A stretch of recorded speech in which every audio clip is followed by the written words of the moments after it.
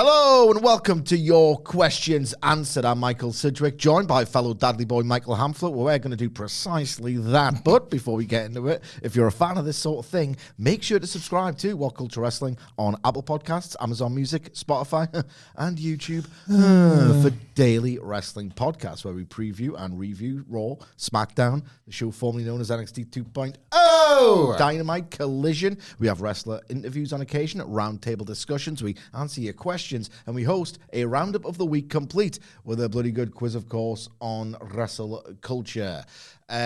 Basic gist, if you're new here, is that on X, we ask you for questions and then we bloody just go and answer them, That's what we bloody do. So if you want to do that, if you want to get involved, we can't go through them all. And we get a lot of questions throughout the week, so we sort of park our little cars here and think, let's do it now. I'm loving this. You got the right vibe already. It's a Friday vibe. I like it. It's a Friday. We'll park our little cars. Is that what we're calling our asses now? Well, kick your effing car. We're going to park the cars straight away. Let's get straight into things. Courtney, you can do it basically at WhatCulture WWE on X or at M Sidgwick or Michael Hamflett. Yep. Let's just park the car, shall we? Let's do it. Courtney Wooten says, do you hate Dwayne as much as I do? My answer would be no. He still pops me.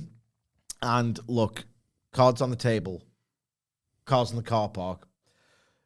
I'm not that emotionally attached to WWE. If I was, I reckon I'd be a little bit miffed because it is, at its best, a well-oiled machine. You can invest in loads of characters.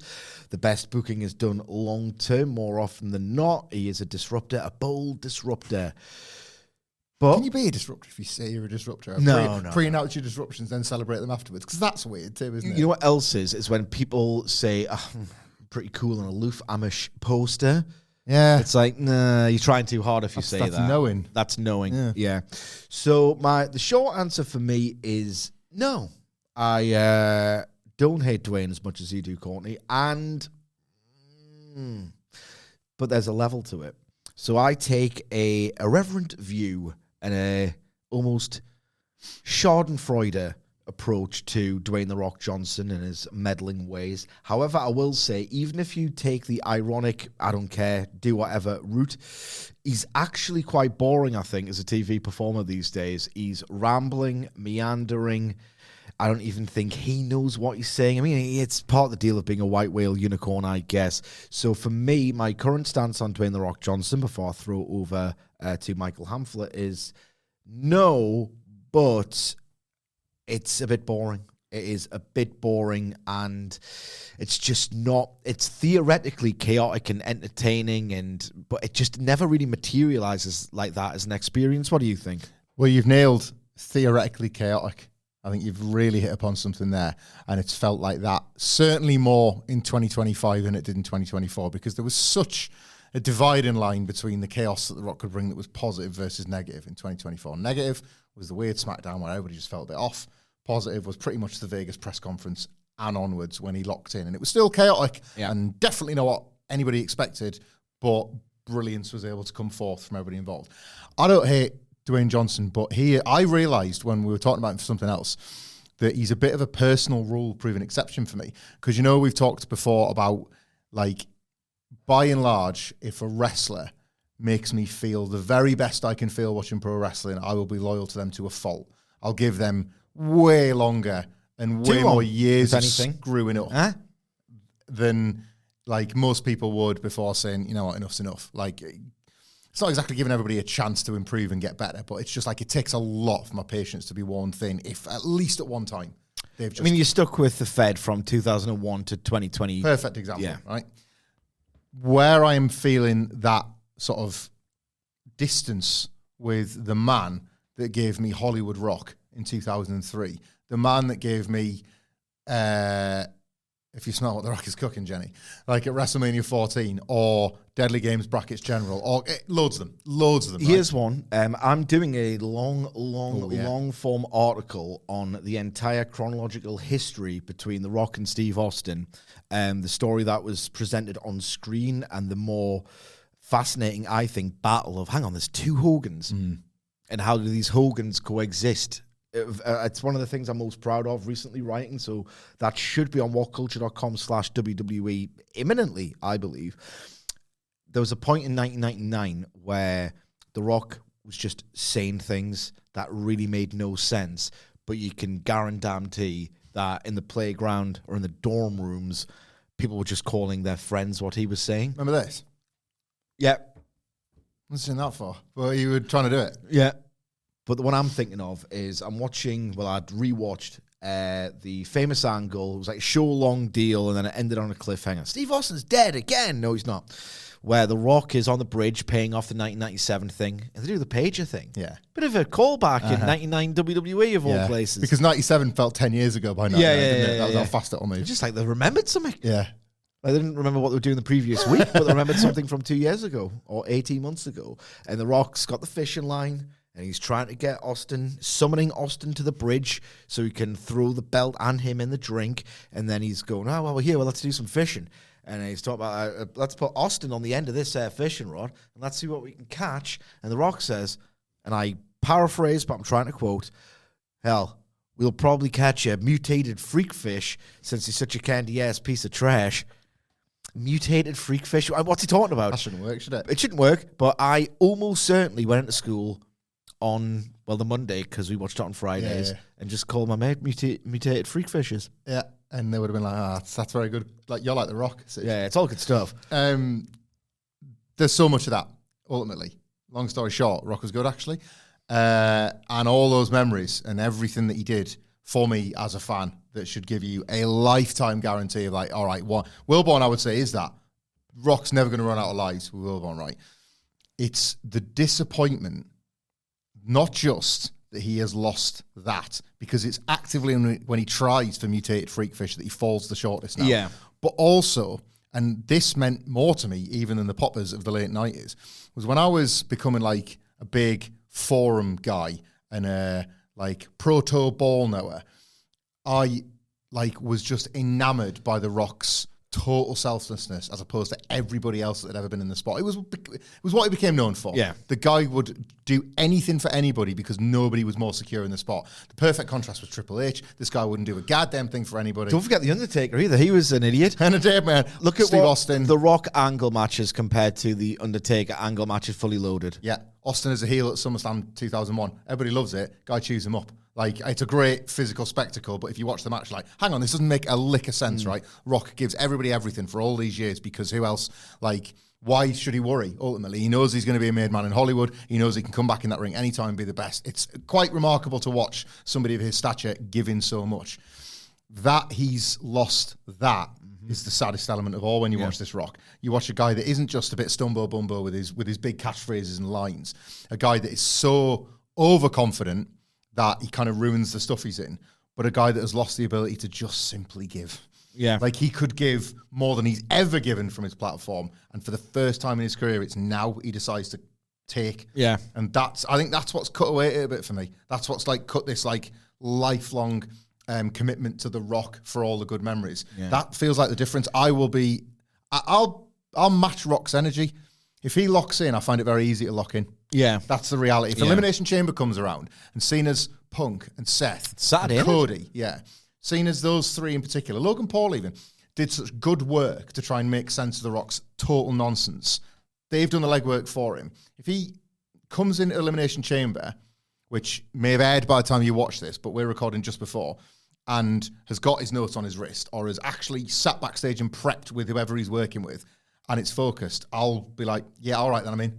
You do bring something, but you've got to show me that you care, because I'm not sure that you do right now. Yeah, the guy who did what he did for Austin at WrestleMania 19. Yeah. Oh, God, yeah. This Rock, it is staggering. It is staggering, and it's not so much...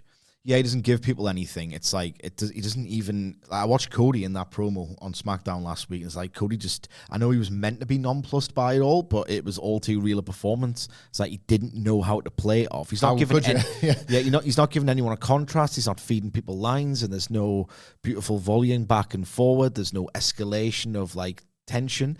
It's like he's never acted before, let alone performed in a wrestling ring. Totally bizarre.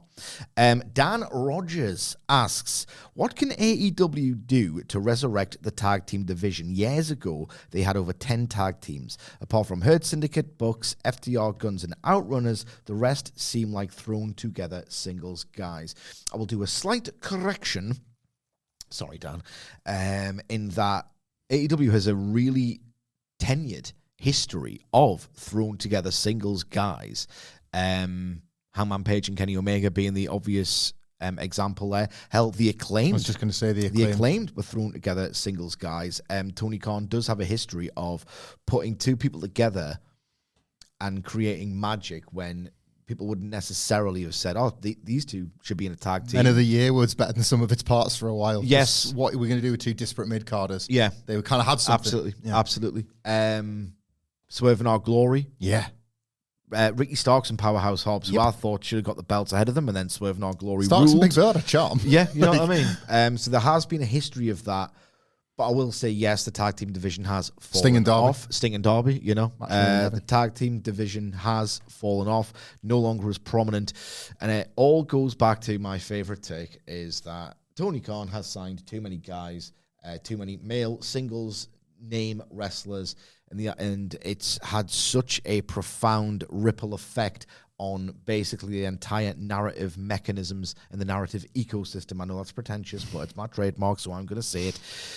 To the point now where, right, Ricochet needs a pay-per-view singles match, needs, Ospreay, MJF, Cope, Mox, etc. It's the WrestleMania whiteboard once a month, isn't it? Yeah. Who gets the spots? Yeah. Once a month. So there's so many name star men's singles wrestlers. Fletcher's up there now, there's just tons. MJF, Hangman. So these pay-per-view cards are predominantly written around and promoted around and it's a political, delicate landscape, getting these male wrestlers on these 4-hour shows to the point where in, say, for example, Full Gear 2019, and I might have used this example before, I'm sorry, but you had the Young Bucks going against Proud and Powerful in a grudge tag match, and then you had that 3-way match for the tag team championships, Lucha Bros, SCU, Private Party, and for a while that would endure as the sort of thing.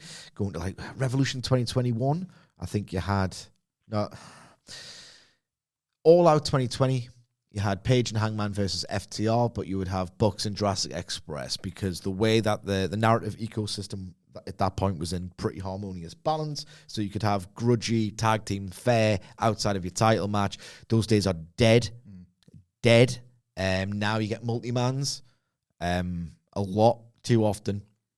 And it all is born from the single problem that has the ripple effect on everything else. Tony Khan signed too many name men's singles wrestlers, and in order to get back to a healthy functioning tag team division with depth is to not fire people, because that's the great thing about AEW is that a lot of people are earning the money that they should have been paid all along in professional wrestling, still underpaid, but we're still there. Let the contracts expire, or you can make tag teams from some of these name singles guys, Yeah, at least then you've got the veneer of a healthy like Corbin, division. Christian Cage being the obvious example here. Especially because of where you're lifting them from as well. You're making space and slots for younger guys and all of that, Yeah, I'm presenting a problem without a solution, which I know is never very positive, but... Nor is it an answer. But it kind of is. I've always had what you probably think of as a petty gripe against the trios belts. However, because they came too late, guys. However, I don't think they've ever sat well with the tag belts ever. No. You get one pushed and not the other, and that seems to have been a pattern that has, since they came along, despite the fact that AEW set itself up for a trios division in 2019 probably. From launch, you could have done it, couldn't you? You could have had trios belts, but you could have created the organic reason for them. By the time they arrived, I don't think things were set up well enough to book both. And I think we've just seen evidence of that. And I think right now it's a time for tags because the trios belts have been locked away with the Death Riders and the Hurt Syndicate are an overact. It is crazy how that pendulum swings. If, let's say, the Undisputed Kingdom are being built up as the team to build the Death Riders. They're kind of putting together some wins. They're getting over all over again. Cole feels like he's got his mojo back a bit. Let's say they're the ones and they beat the Death Riders and Tony Khan is really into them for a bit and they start getting focus. You could just as easily see an act as popular and as over and as interesting as the Hurt Syndicate drop out of the spotlight a bit because it's trios time for a while. Yeah. It does seem to happen that way. And I don't know what you do. That's why I say I haven't got a salute, because I don't know what you do about that. There was a time where you justify both divisions, and I'm not sure that's ever been the case since. So I think you kind of just have to take what you get as you're getting it. Like the tag division is it right now because the Hurt Syndicate are class as champions, and you have to sort of enjoy them putting their run together. But if at any point the trios belts are rescued from the Death Riders, you might lose that again. Yeah. Well, let's park our cars and move on. I don't know what I'm doing. I love this. Robert Enright asks, Sports Illustrated recently ranked Becky Lynch as the greatest female wrestler in WWE history. Do you agree? If so, why? If not, who do you think is and where does Becky compare to them? My answer to your question is yes, ... eventually. Becky Lynch, if you do the Bret Hart criteria of like, he would always rate a wrestler to determine who he thinks is the best out of certain categories like promo, look, in-ring ability, etc. Becky Lynch, at one point or another, but never really at the same time, was top of the charts on all of them. Becky Lynch is the best women's promo in WWE history. She was at one point the single biggest star, irrespective of gender, in WWE history. And when all that was coalescing, when she was the man in late 2018, early 2019, with a few exceptions, she was that match with Charlotte Flair at Evolution was amazing. The match quality really wasn't on par with the standard that had been set by Bayley and Sasha in Brooklyn, and then Asuka in NXT. But Becky Lynch versus Bianca Belair from WrestleMania 37 or 8? Yeah. Probably, it doesn't have the same historical significance or the novelty or the just pure out and out, we're doing this charm of Bayley versus Sasha, but it's almost more impressive how she just normalized that being absolutely great. And there were several instances you loved. I'll pass on to you to see if you agree or not, but you loved the NXT title run as well. I did. And like, so she's a kingmaker as well. Totally. Kingmaker, promo, in-ring ability, star power. She, I think, is very good at using her powers for good. When she took that NXT title and had the run in NXT, she like visibly went out of her way to get as many people over in the time she was there. Like, whether it wasn't just in like title matches against Tiffany Stratton, it was in trying to build a relationship with Lyra Valkyria that one day could bear fruit on the main roster and might yet still do that. It was to draw eyes to NXT in general because she was a measurable draw. Every week she was advertised for it and on the show. It was a guaranteed match/star. You're right. Sometimes it's not both, but it's great when it is. A match/star for the takeover specials or the PLE specials that NXT would still trying to rebuild a little bit, you know. Yeah. NXT's gone through these weird years. So she was so valuable on NXT. And I would completely agree with your point about on her day, the best promo, because I think you kind of, it is inarguable that she talked her way into the main event of WrestleMania. Yes. And we have to say this about WrestleMania 35. In terms of both Kofi Mania and Becky going on last, the hyperbole matches the history. It's real. Yeah. Like those two wrestlers in Kofi and Becky did make actual tangible history on that night. And Becky did that, not through work, as good as some of the matches were, but through the development of that character. And something we talk about to this day, running with the ball, who wants it? It was like, who wants it? That was a company where even if you did want it, how often did people get the thumbs on the heads for wanting it? The amount of navigating through the million mazes that like Vince McMahon would put in front of you. That, by the way, Becky Lynch got lost in on the way to Mania, but the force of her personality was so strong that she powered through all the same. Yeah. I like that answer. Number one, when she retires, like that is like they will sort of open the book on Becky Lynch and every single like chapter point will be this, Christ, she did that. She did that. Yeah. She did that. I just think it's maybe too easy sometimes to maybe look at someone's match quality right now. A Bianca Belair might one day have this like far bigger quantity of great matches.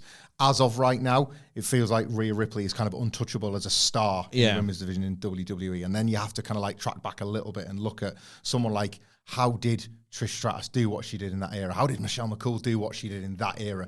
Everyone's got an argument in a different category. I think Becky Lynch will have the most in the most. In the most, when in the it's all most. said and done. Most in the most. And I think, like, yes, some of her character work was pretty terrible when she was doing her best matches. Yeah. So it is sort of, you have to like pick and choose. But, you know, at one point or another, she had the most in the most. Just really quickly on that 38 match as well. When she That came... first minute was palpitations in that first minute. When she came back, I think she's talked about this in her book. She knew that the Bianca Belair squash at SummerSlam was bare broken. She knew it. And she did want to take the character in a different direction, experiment with being a heel. And yes, that's one way to get yourself over as a heel. But there's a million ways to skin a cat without killing the best babyface in the company in Bianca Belair. If you track that, even when that story looked like it was getting lost, as everything did in that WWE, she worked so hard to never let go of it, knowing that they could get back to WrestleMania and she could give back. Like, to do that and maintain the spot is a level of like top star. We talked about with The Rock, top star selflessness that you have to be so careful with. Yeah, because you can just give it all away and then you're not respected and stuff. She measures that so well. Absolutely, absolutely. Good book, recommended read. Indeed. Ryan Velocirida. Nice. He does have a question, but I just want to, reiterate, Michael Hamflett has actually switched professions. He's no longer practicing medicine. He's no longer Dr. Fed. He is WhatCulture's in-house YEETeorologist. How's the weather over there? YEETeorologist. There it is. What is the temperature check on WWE these days? Hot, but it could be hotter. I'm guessing it's the Canadian snow in Toronto that's cooled it. Yes. We will know for definite probably on Tuesday. Canadian snow. Well, yeah, that old Canadian snow. We should know by Tuesday how hot it is. I am a little bit resentful that Rogers Centre has been set up for 30,000. What the hell are we doing? Can't sell the tickets, that's what we're doing. Where's the 40, 50, 60? Come on. They can't sell the tickets. I'm sure if they could have sold the tickets, that they would have sold the tickets. Anyway, I need a diagnosis, Ryan asks, from Dr. Fed. I have watched wrestling most of my life, and now, save for a few wrestler segments each week, MJF, Cody, Gunther, Vaquer, and a few others, I'm so bored by it. Help me, Dr. Fed. Right. I think I shocked you, and it's since become a little bit of fun we have on the podcast about having never had the switch off period. Yeah. And I think I'm the rule proof. No, I don't think I'm the only one, but I feel like we're in the minority of people that never just gave up at some point or another. The best help I can advise you, and this seems counterintuitive, because I at least want you to watch our podcasts, is to not watch for a bit. And I think you would maybe back that. The idea of wrestling, as much as I am addicted to it and I love it even when it doesn't love me back at all, is to draw you in. That's where the word is, whether that's financially, emotionally, and ideally it wants both. The worst feeling, and I've lived it and just watched it anyway because I'm a glutton for it sometimes, is when you know that this is either a waste of your time or you are trying to feel something. Such a sad state of affairs in any scenario, isn't it? You shouldn't try to feel. Yeah. Right? This is an art form. There are an embarrassment of riches on your television or on your apps of choice, on YouTube even. And thanks for watching us. So let it draw you back in. Let it find you again. If you love something, set it free.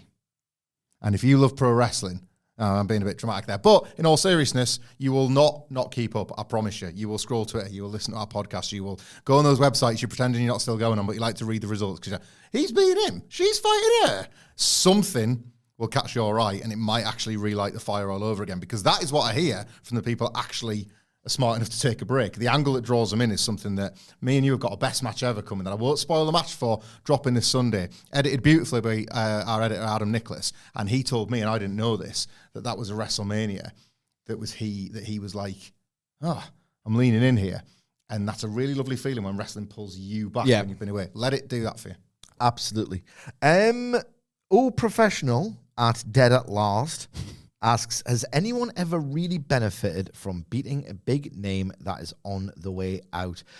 Benefited, yes. Got over, got made. I would say no. This AEW's storytelling model has been based on this, and ultimately you could argue in some ways it's failed. Like, no one ever gets on the way out, but they seem to think it's as easy as established name is competitive against or loses to up-and-coming wrestler we want to push. Ipso facto, they become a star and they become made. It's never been that easy. My answer to that, in a roundabout way, would be Austin and Bret Hart. Mm-hmm. But at the same time, when The Rock came to prominence as a star, mega star at that, the booking simply wasn't as good as it was in 1997, week to week. It just wasn't. The finishes were nowhere near as good. And if you go to 1999, you could make a very coherent argument or a credible argument that beyond, 2019, that is the worst, most nonsensical period in pro wrestling history. And The Rock, through his sheer magnetism and star power and like the absolute rubbish he was programmed with. I mean, God rest his soul, but British Bulldog didn't have his best year in 1999. Mr. Ass, lamentable. It's in TV stuff against Gangrel and that, and it's like, even he's going, how's this? Yeah. Like, and yet, that was the advent of The Rock as the biggest draw since, or on the same level as Steve Austin. The Rock drew the most consecutive 5-figure houses in WWE history. Is that him and Triple H for most of them? For most. So you can benefit from it, but if you're a star, you'll be a star.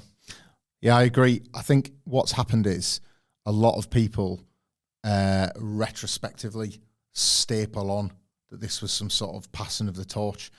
What you've got to try and do as a promoter is, it's impossible, is see the future. So Austin Brett is a perfect example, but we weren't to know that the Brett that would leave WWE in November 97 was kind of... It's a year after Survivor Series 96. Yeah, is mentally not checked out, but Montreal has changed his whole entire life, and the WCW run is never what it could have been had there been a clean break or whatever. You don't know that Brett's on the home straight of his WWE run and as good as sort of emotional retirement kind of thing. You just don't.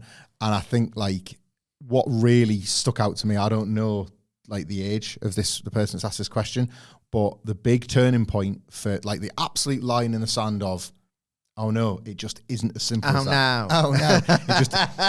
It just isn't as simple as that, and we were maybe naive to think it was before The Undertaker lost his streak. You would read a pitch, and this is no disrespect to the names I'm about to say, but you would read a pitch of Ted DiBiase Jr. You can disrespect him. Because his dad brought... Yeah, all right, but I was going to say something about somebody I love, but Ted DiBiase Jr. because his dad brought him in. Wade Barrett, as the Nexus leader, who I really genuinely like and has served multiple purposes and didn't get a fair shake of it, and is now... I like that he's getting this run as a commentator and he kind of deserves this. There were several names at the time. The tolerable Pat McAfee. Pitched to beat The Undertaker on this idea that it was some sort of a magic wand, a bit like when they made Curtis Axel a Paul Heyman guy, and it was why has this not made him a main eventer? Yeah, Paul Heyman's endorsed him. Yeah, that was the moment when I realised that it can never ever be as simple as that ever, and you've just got to get lucky. I think guys on the way out is certainly not the answer. Guys on the way down is. But does the guy on the way down feel like they're on the way down? Yeah. How much would they like being told they're on the way down? Shawn Michaels was the perfect guy to retire Ric Flair, for example. I know he went on to wrestle a bit more, but in terms of WWE and how big that was, Shawn was the best person to do it. You could have given that to a million mid-carders that could have said they could have got one. MVP lost him at the Rumble. Yeah. You give it to MVP and then what? You know what? You say, in the mid-card. And then what? In that era of WWE, and quite frankly, a lot of pro wrestling to this day, you would have said it over and over and over and over and over again, much like Chris Jericho said that he beat The Rock. And Chris Jericho beat The Rock and Steve Austin, who were closer to the end than the beginning, put it that way. And he never, on the same night, if you've somehow forgot that or it's escaped your attention. And in doing so, he still wasn't anywhere near the level of Austin or The Rock. Yeah. It's just, it doesn't really work like that. No. AEW needs to change in some ways. Mr. Waffle asks, due to horrible cases of writer's block, Tony Khan, Papa H, and HBK come to your doors and ask for the names of the next 5 world champions of their respective companies. Who do you list? You can do the Fed one. Maybe not NXT because I don't really care. But I'll do the AEW one. Okay. Swerve Strickland. No Cope, no Cage, no Mox. Mox can take a break, quite frankly. Start to reflect on what he actually wants to do, what he wants to achieve, how best to achieve it, because this current incarnation of Mox is, God, I can't believe Cobra's capable of these acts. I'm losing my mind behind the barricade. I just don't believe in it at all. Yeah. It's been a dreadful, dismal, like, aura-draining run. So the title needs to go off him as soon as possible. Let's get it onto Swerve Strickland, who can then drop it at All into Hangman Page, who can resume hostilities with Kenny Omega, who can then circle his way back to Will Ospreay. And then I would do it Fletcher, you know. Really? Yeah. How many years from now are we talking? This could all happen in a 2-year span. 2-year span. And if Fletcher stagnates, regresses, or whatever, I would even be tempted to put Fletcher in there earlier. Just the idea that, and then that, again, this is the AEW choice paralysis problem and the ripple effect, because I forgot about MJF. Yeah. You know? I would be very inclined to put the belt on Kyle Fletcher sooner rather than later. Just that feeling of newness and cutting edge and rewarding the investment of someone who you've just watched ascend to that near enough 5-star level, become a really engaging presence in promos, just grow into the spot. If you reward that early once, that makes it so much easier. It's that sort of that. He is amazing in the ring, amazing as a heel. His face is incredible. Like, some of his stuff looks disturbing, how impactful and hard-hitting. Those head drops, he's amazing, right? If you do that now and don't just wait 3-4 years and give him the international title or whatever, didn't really wait around that long with The Rock. No. And I'm not saying he's going to be The Rock, but that sense of newness, I just never think can be overstated. Stops the guys being zonal as well. Yeah, exactly. He's working the champion. Yeah, he's going to win. Yeah. And maybe he could beat Swerve for it, or he could beat Page for it. Like, Hangman Page versus Kyle Fletcher right now would be an unbelievable match. So if it goes Swerve, Hangman, Fletcher, then Ospreay comes, and then Omega. You know, that's the 5. MJF would be the 6 down the line. I still think he's in the process of rediscovering himself, though. So I'm not rushing to belt him up just yet. But if he's on this trajectory in a year or 2, of course. But this Fletcher as world champion, I think, has really got legs as an idea. Like, it really, really does. Because that way, not only do you directly elevate a new star who wants it, who's just entering his prime, like the Okada effect, him as a new champion. Yeah. It has this really cool effect on a fan base. I truly believe that. And then the next person who looks like he could be the next Kyle Fletcher, and then you're just more inclined to start buying these pushes when they go somewhere and go somewhere fast. Fed boy, YEETeorologist. See, I can't say it. I would like. You're up, buddy. I want the match more than I want the title change, but I really want the match, and I think the title change would be an amazing part of it. I'm going to go with CM Punk, even though I still feel like they're going to hold off on Cody Rhodes versus CM Punk for as long as they can. And it's either the best risk they've ever taken, because if you once a year get to have CM Punk yet again saying, this I'm going to win the Rumble, it's it's quite an amazing sales pitch if he continues not to main event it, but it's Punk, so you never know if you're going to lose the opportunity. So I'll CM Punk. I really like, and I know this man is divisive, I think I want John Cena to get that title, and I don't need it for a long time, but I do think I want him to have it. I think much like Punk's WrestleMania main event as a sales pitch, they have in their hands the opportunity to do this all year. Like, I'm mixed on John Cena in the main event of WrestleMania against Cody, but I do think I want to see him win this title one last time. So him being the guy to beat CM Punk when the belt has once again gone to Punk's head and he's just turned heel as champion. And you again, John Boy, like that match, and Cena gets the win. It's like he's vanquished Punk and whatever. Then you put it back to Cody via Cena, and it's this WWE loves the torch passing. And it is, if it happens this year at WrestleMania, I still think it's going to be massive. The star power is going to be so big. It is intrinsically a very WWE WrestleMania-worthy main event, even if Cena is your take, like action figure limbed at this point in the way he moves and smiles. I guess I am currently at least being worked by Cena until the mystique completely disappears. From Cody Rhodes, I would like him to lose the WWE title to a man at this point who's lost the world title in Gunther, because Gunther couldn't beat Cody. So hang on, you're gone from Cody to Punk to Cena to Cody, to and I want Gunther. Cody to lose it to Gunther because Gunther can't beat Cody, and we saw what happened to his confidence for the first time when Cody beat him. They've left something there because of the Royal Rumbles, because of the match. And you'll jack it clean off when they bring it back up, won't you? Oh God, yeah. Oh yeah, Sidgy. That's what it's all about. That's what the business is all about, mate. Remembering stuff, and then because Gunther by this point, I'll use the same sort of time frame as you, a year and a half, 2 years or so, because Gunther is so unbeatable. That will be the time because we'll know then exactly what's he really got. That'll be the time to strap up Bron Breakker. Yeah. Like, I love Bron Breakker because I am just choosing to acknowledge what he might not have while I'm enjoying loads of what he's got. Yeah. But I don't think we know. I don't like... The second he says, because he toyed with that catchphrase, where are my dogs at in Houston or whatever, you could have an entire... When he picks that up, because I think they can just have the luxury of waiting to just elevate him. He feels like... When they put him and Jacob together, we've used this comparison before, there is a Cena Batista energy in the air with those two in particular, isn't there? And they managed in 2005 to elevate John Cena and Batista at the same time. Surely this era WWE can elevate Bron Breakker and Jacob Fatu in the same way. 2005 was really well booked. December to April 2005 was pretty damn well booked. Yeah.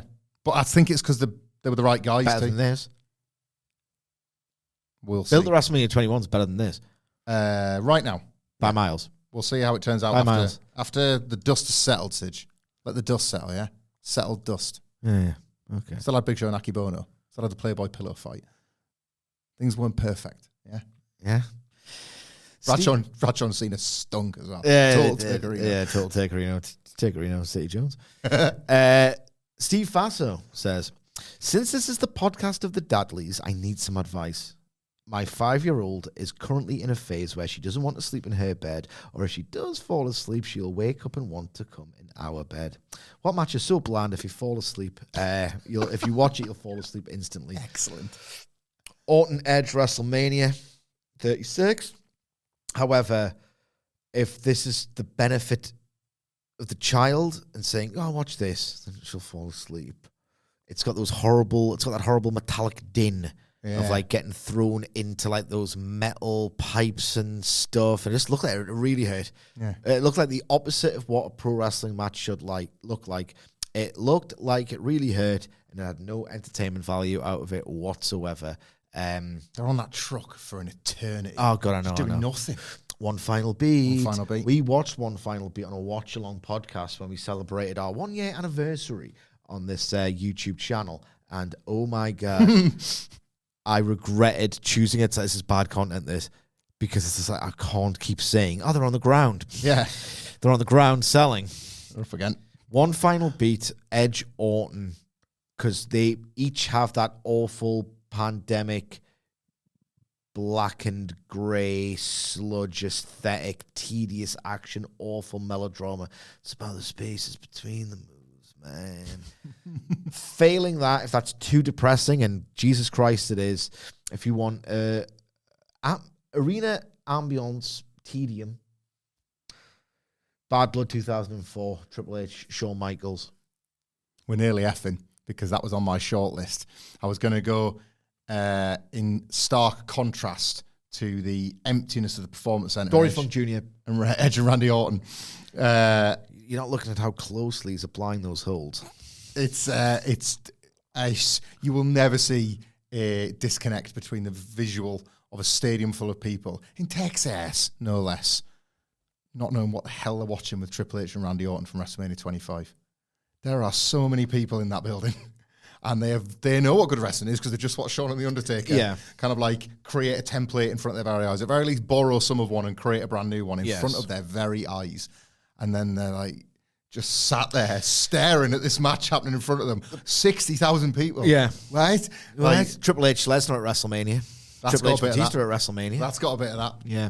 I think the worst thing about might be the worst example of Triple H's hubris, the WrestleMania 25 main event, because if you've missed it or whatever, or forgotten, the stip was Triple H goes in as champion, If he loses via disqualification, he loses a championship advantage. If he cheats and gets DQ'd, he loses the title. Yeah.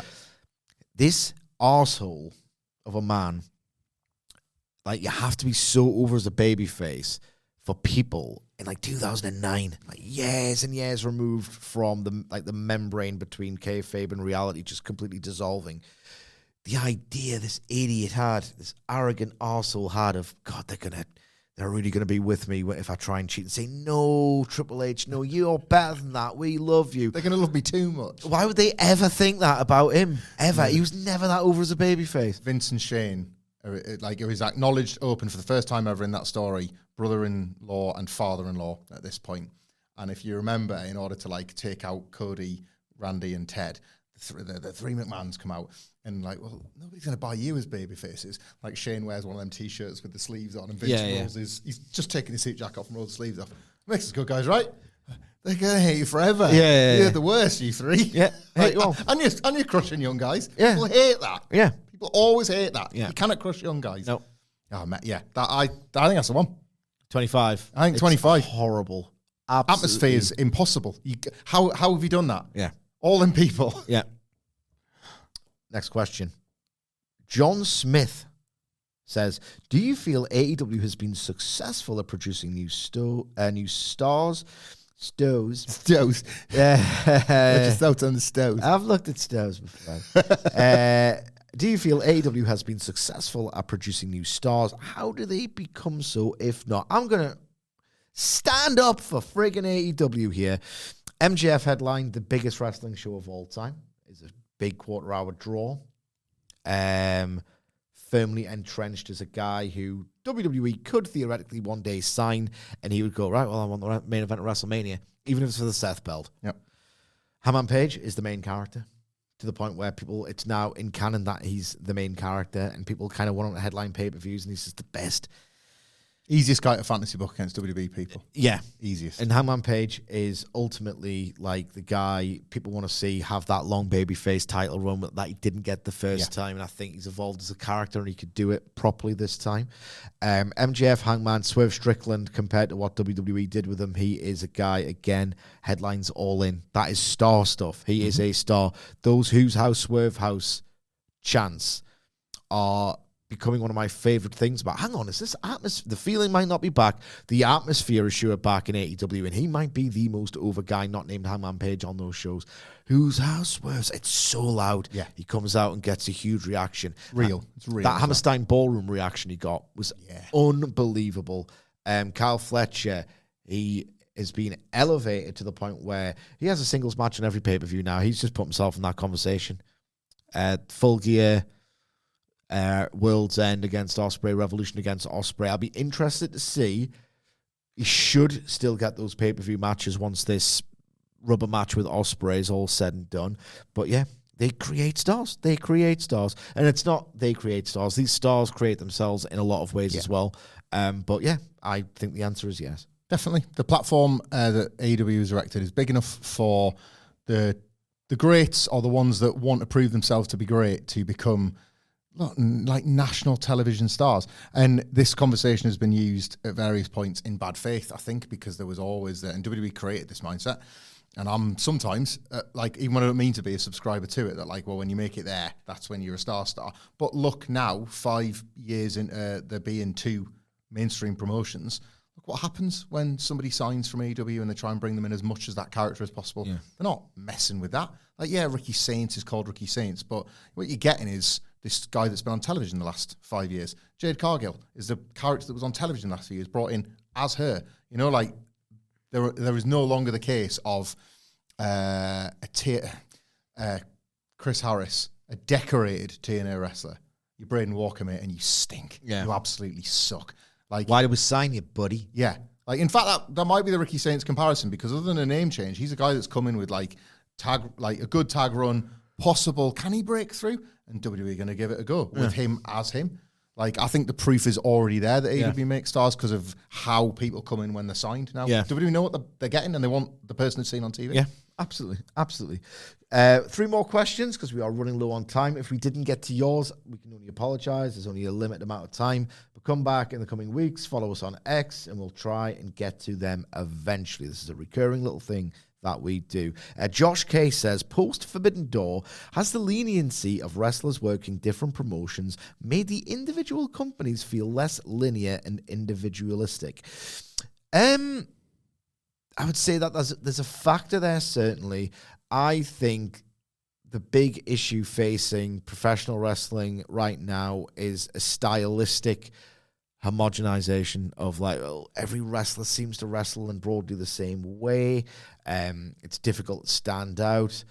I think that's like catchphrases have come back because people are bored of the good, samey wrestling, to the point where you're getting LA Knight and Jey Uso are more over than friggin' like the entire AEW roster, despite how better they are on the ring or something. Yeah. I just think it's more of a stylistic thing than the Forbidden Door thing. I will say that I wish there would be more discipline about these interpromotional jumps, or excursions or cameos or whatever. I wish it was a one-time-a-year deal. I wish a lot of things in pro wrestling were a one-time-a-year deal. Not necessarily the same time of year, but I'd like to see one ladder match a year. I'd like to see one Hell in a Cell match a year. Levesque has realised that the brilliance of that ploy. So, yeah, I get where you're coming from, and I'm not in disagreement with you, but I think a lot goes into that feeling. Yeah. Dirty little secret that I think we've talked about on a few podcasts before. I don't like... None of them are Jeff Cobb in February 2020. No. None of them are Jeff Cobb. I don't like interpromotional action that much. It's always riddled with politics, or it's always riddled with compromise or whatever, that isn't just as simple as... ROH Combat Zone. That's the one. Rule-proven exceptions. That is amazing. By and large, it is everything has to be a certain degree of safe to protect both companies. The invaders, if you want to call them that, are either so cool that they're on telly, they become baby faces regardless of the characters they play in the home promotion, or the home promotion are like so good at defending the turf or whatever it is, that you kind of think less of the invaders. Personal issues draw money as well. They're not personal issues. Even when it's real, it's always an extension of the T-shirt war. Yeah. Or even when it's real. Yeah, even when it's good, it's still that. Apart from Ring of Honor Combat Zone Wrestling. It's never what I think people, man, if we've just recently answered the question about like Dream Survivor Series teams and all the rest of it, I don't think about them. I think about like AEW or WWE being competently booked and the rivalries within them. Yeah. And I'm way more into them on their day than I am anything that crosses over. Yeah. Even if I want Kenny Omega and CM Punk, probably our collective dream match, I'd want it in a promotion. I would want it today and then meeting across the divide. Like, no, I'm exactly with you. I'm the same. The reason why ROH Combat Zone worked so well is that, and you never get this again, is that they shared Philly and they each had their own set of fans, and there was... So personal issues draw money. Jerry Jarrett's famous maxim, and that's why rarely do interpromotional conflicts work. Yes, there are examples of it working really well, but even the best ones are pretty short-lived, and someone loses in the end. Even the fabled New Japan UWFI stuff, like they kind of got murdered by the New Japan guys in short order. ROH Combat Zone worked so well because you had a split audience, right? And it wasn't just a stylistic thing. It was like pro wrestling and old drama really works on contrast. And the idea was the snooty, technical, ROH, hipster, ball-knowing dickheads. Shake my hands at Code of Honor. Yeah, Code of Honor. We love we're kind of like Puro. Have you heard of it? And it was like the dumb jock, meathead, CCW fans. Like the rivalries like existed between the fans. Like no selling a neck bump is just as bad as no selling a light tube, but you couldn't tell that to either fan. Exactly. Absolutely. So that just worked, and it was just so well crafted narratively, and they never lost the thread of the wrestlers within each organization, they kind of hate each other, but they're doing it for a reason. And you had the Homicide Joe, like Danielson stuff. Like Danielson was amazing. Danielson was amazing, and it's just looking after number one. One. Two, he comes and helps, and then he's like, "Come on, I did all this. And actually, I've got a title match next month. See you later, guys. See you later, Joe. I'll kick your ass." So, it just doesn't work. It just doesn't work. Right, 2 more questions. Okay. Carl L Lambosaurus, don't know what that means, says, best Simpsons gag you can think of. I hate that question. All goes blank, doesn't it? I've always got two, top of my head, right? I love the one of two is that he also says, love the pod, and AEW wrestler that could hit the Ricochet personality dust. Few too many boring wrestlers, I agree. Daniel Garcia and his snarl, someone who could use a bit of life to his character. I'll just agree and say yes, Daniel Garcia. Best Simpsons gags too. Number one is I love how they were taking the piss between seasons 2 and 7 with how good they were, that they actually at one point in one scene made Chief Wiggum an even funnier idiot than Homer. Like, how can you, it's like having Rock and Austin at the same time. Yeah. Wiggum and Homer, like the two best idiots of all time, the two funniest idiots. It's in the episode Treehouse of Horror where it's the Shinning and it's the Shining parody, and Marge on a, what's it called, a transistor radio? Yeah. On the transistor radio says, oh my God, my husband's on a murderous rampage. Over. It cuts to Wiggum. Oh, thank God that's over. It's just the wonderful idiocy of him as a police, as a man of the law, not understanding how this works for one. Yeah. And another layer of just, oh, how could it be over? On a murderous rampage, over. Oh, that was quick. Oh, phew, don't have to do anything. I love that. If you can write an idiot intelligently, that's the key to comedy, and that's might be the best example ever. Over. It's just, I just think it's amazing. Second one is it's got funny word / name, an absolutely awful graphic image that if it happened in reality, it would be probably the worst thing of all time, but it's just funny because The Simpsons did it. Well, McGonagall, Billy's dead. They slit his throat from ear to ear. I'm trying to eat my sandwich. Well, McGonagall's just the funniest word. We go by the book. By book. Well, McGonagall, Billy's dead. They slit his throat from ear to ear. Because it's a cut to, isn't it? It's like he's an informant and he's like 9 or something. Slit his throat from ear to ear. Well, McGonagall, Billy's dead. So what's yours? I have, there's a million in there, and you'll kick yourself as soon as we stop recording. I really like, it's the Rear Window one with Bart, and it's the summer, and he's saying, oh, well, it's going to be me and Krusty. And Krusty's like, classic Krusty, because he's playing reruns over the summer, and somehow, in like the early 70s, Krusty was doing like a black and white series late night talk show. Yeah. My guest tonight is, and they're talking about like sort of like geopolitical issues, and Krusty's in his suit. This idea, the lore of Krusty the Clown at various points in his career, that he would have that platform, I love. Yeah. And I like the what would it be called in TV terms? Because the 22 short episodes, of 21, however many it is probably my favourite. And for once, they flipped the dynamic where Superintendent Chalmers actually accepts Skinner's explanations over and over again. You're an odd fellow, but you steam a good ham. Yeah. Like they've gone as like further than they've ever gone with the Aurora Borealis in the kitchen. Normally it's one thing in a school and he's in trouble. And it's like, but he's just fed him the bit, well, you steam a good ham. And he's actually gotten away with it. I think that's, God, it was good. It was the best one. It was the best. It was the best comedy of all time. Another one is Homer Badman. Just the way they sensationalized the media. He's sleeping in an oxygen tent that he believed gives him sexual powers. And like Rowdy Beaver was for us, isn't it? So like, that was absolutely unbelievable. Simpsons was a goddamn best. Last question for today. If we haven't got to your question again, I can only apologize. Hopefully we'll get to it in the weeks to come, and hopefully the years and decades to come, because I don't want to go anywhere.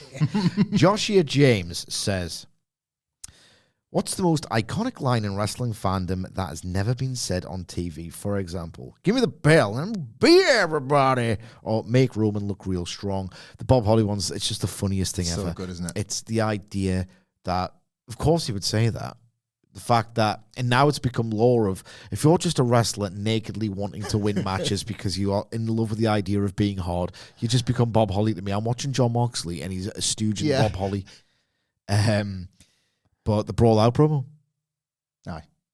Yeah, that's, the whole thing. It's so watchable. The best promo to sell you on something you can never have. Yeah. Of course it was toxic to AEW. It was an unbelievable promo, well rehearsed, in my opinion, masquerading as a rant. And it's like, oh, well, I want to see the match now. No, you can't. Oh, what? It's the best promo I've ever heard, and I'm not going to get the dream match out of it. I've got two, and I want to end on a one that ties back to giving you a plug. Because the first one is about a guy that we don't really like to talk about and celebrate when we don't have to. And this is certainly not a celebration of him, but it's a Vince McMahon line. And I talk about this at length, and I would invite people to listen to Benno and Hamflett's review of Great White North in Your House 4, because it's vault stuff that I know is there. And I've always felt like this has been within touch and distance, but Meltzer reported it, Keller reported it, people in the building reported it back to them at the time, is Vince McMahon, after Diesel and Bulldog the B in the main event of what's consensus the worst WWE pay-per-view ever and one of the lowest drawing ever as well, throws his headset down and just says effing horrible while Diesel's still in the ring. I imagine just like putting a bullet in your champion's head there, and then while the public is still watching, effing horrible, like announcer Vince as well. If you're Diesel, you never want to get to the back, do you? No. I think I'll just stay in the ring. I think I'll go to WCW. I'll just keep walking. Actually. The Titan suit, standards and practices. And the other one, to give one last plug to Sidge's brilliant Rock and Austin article I can't wait to read, is Bruce Pritchard's... You'll say I've missed stuff and got stuff wrong. Bruce Pritchard's recollection of Steve Austin peering through the curtain, looking at a Rock promo and sneering with a bit of a wobbly bottom, like going, "You ain't going to get over spouting those nursery rhymes." And it's like, it's 98 and you're paranoid, mate. Is that how good The Rock is already? He's paranoid, right? Maybe I'm reaching, bro. In 97, if not paranoid, they have the first ever verbals the night after Montreal, and Rock's still a bit stiff. He's just turned heel. He's not like the transformation in this dude. It's been awesome to track. And Rock's kind of stiff, and like Austin's he's got a hard on, waiting for this guy to like kind of falter and break down, this robotic dude. And he's if you look at Austin's face during their first verbal, he's like, "Go on then, mess this up. It's mine. It's not yours. It's mine." Great stuff. Thank you very much for your questions today. Thank you very much for your time. Always appreciated. We can never, ever labor that point more. If you want to get involved for future occasions, well, you have to go on X, I'm afraid, to do that, because we ain't going to Blue Sky until we absolutely have to, you hear? And you can follow us all at WhatCulture WWE. Whilst you're there, you can follow Michael Hamflett at Michael Hamflett. You can follow me at Sidgwick. If you're thinking, I want to listen to another podcast and I'm in the mood for some self-indulgent nonsense, well, your backs are covered by Michael Hamflett and Adam Wilborn, who have previewed Elimination Chamber come SmackDown. That's correct. That is all correct. All three of those things. Indeed. WrestleCulture will also be available pretty much as you finish this, or there or thereabouts. Anyway, you won't be waiting too long. Normal service should resume next week. Thank you very much for joining us. Do not forget to subscribe to WhatCulture Wrestling for daily wrestling podcasts. Thank you very much to Michael Hamflett. Thank you very much for joining us. Thank you for your questions. And thank you